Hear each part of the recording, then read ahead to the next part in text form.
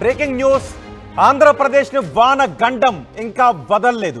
రాబోయే 24 గంటల్లో కోస్తా ఆంధ్ర ఉత్తరాంధ్ర జిల్లాలకు భారీ నుంచి అతి భారీ వర్షం కురిసే అవకాశం ఉంది అని వాతావరణ శాఖ అధికారులు చెప్తున్నారు. వాయవ్య బంగాళాఖాతంలో అల్పపీడనం ఏర్పడింది.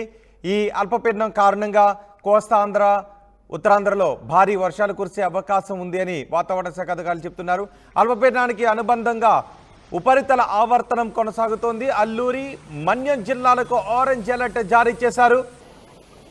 అతి భారీ వర్షం కురిసే అవకాశం ఉంటుందని వాతావరణ శాఖ అధికారులు చెప్తున్నారు. ఇటు శ్రీకాకుళం, విజయనగరం, విశాఖ, అనకాపల్లి, ఎన్టీఆర్, తూర్పు గోదావరి, పశ్చిమ గోదావరి, పల్నాడు జిల్లాలకు ఎల్లో అలర్ట్ జారీ చేశారు.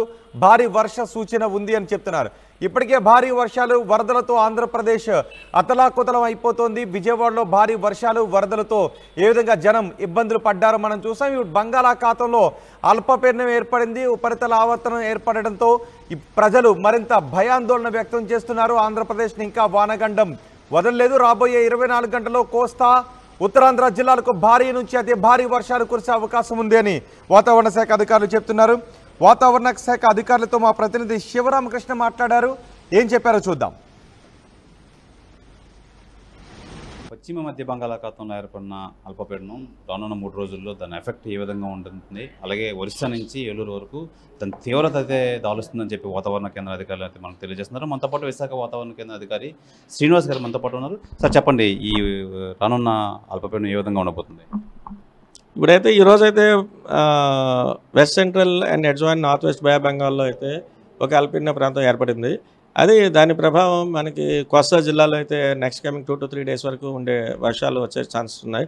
ముఖ్యంగా అయితే నెక్స్ట్ 24 అవర్స్ చూస్తే ఉత్తరాంధ్ర వరకు విస్తారంగా మోడరేట్ రైన్స్, అలాగే దక్షిణ కోస్తా వరకు పలు ప్రాంతాల్లో మోడరేట్ రైన్స్ వచ్చే అవకాశం ఉంది.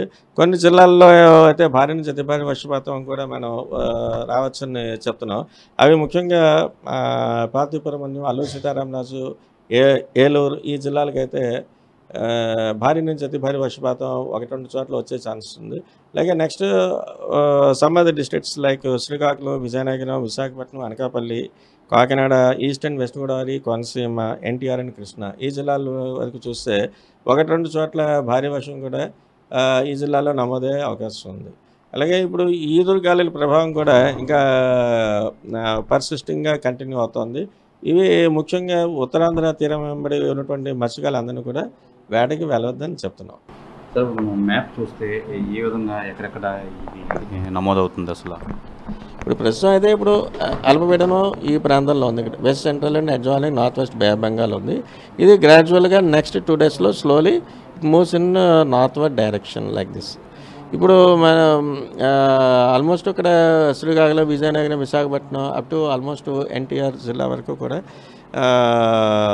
మోడరేట్ రైన్స్ కానీ హెవీ రైన్స్ కానీ వచ్చేటువంటి అవకాశం ఉన్నట్టుగా ఆల్మోస్ట్ ఈ ప్రాంతం అంతా కూడా మనం ఫోర్కాస్ట్ ఇవ్వడం జరుగుతుంది. సార్ ఇప్పుడు మనం గడిచిన వాయుగుండానికి తీవ్రత పోల్చుకుంటే ఇది ఏ విధంగా ఉండబోతుంది?